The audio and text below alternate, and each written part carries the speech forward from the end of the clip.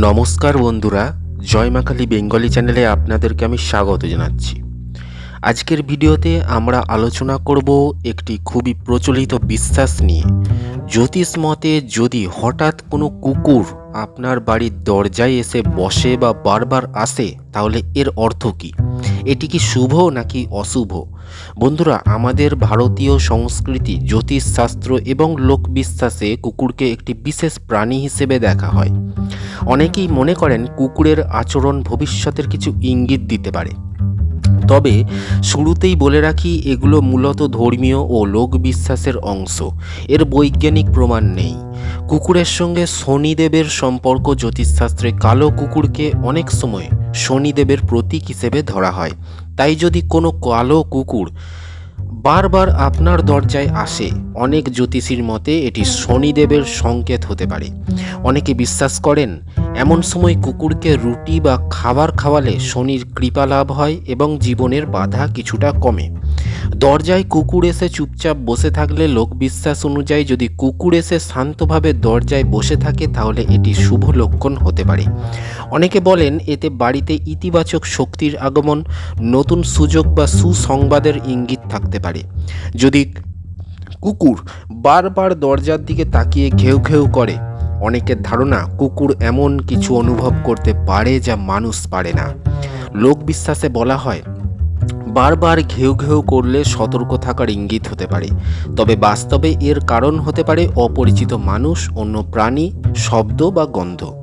তাই অযথা ভয় না পেয়ে বাস্তব কারণও খুঁজে দেখা উচিত। যদি কুকুর খাবারের আশায় আসে, এটা সবচেয়ে সাধারণ ঘটনা।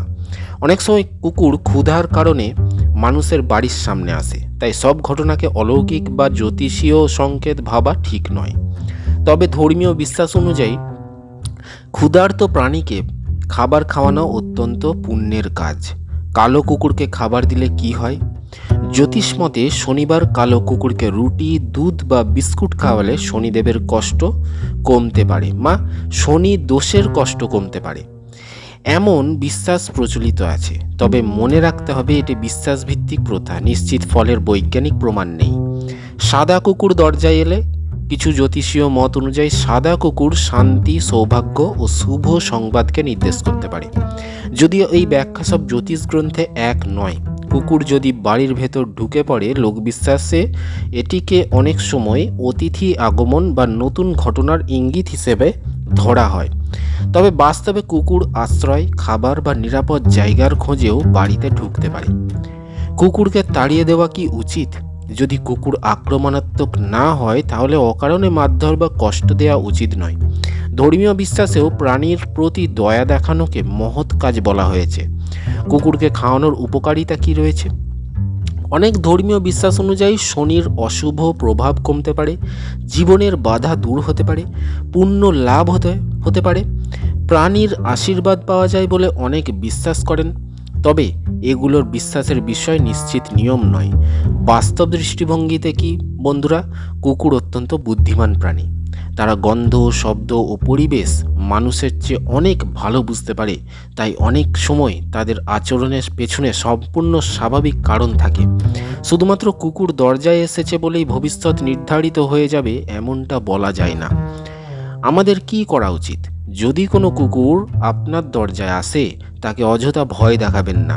সম্ভব হলে পরিষ্কার জল দেবেন, খাবার থাকলে খাওয়াতে পারেন, অসুস্থ হলে স্থানীয় পশু সেবার সাহায্য নিতে পারেন, আর সবসময় মানবিক আচরণ করুন।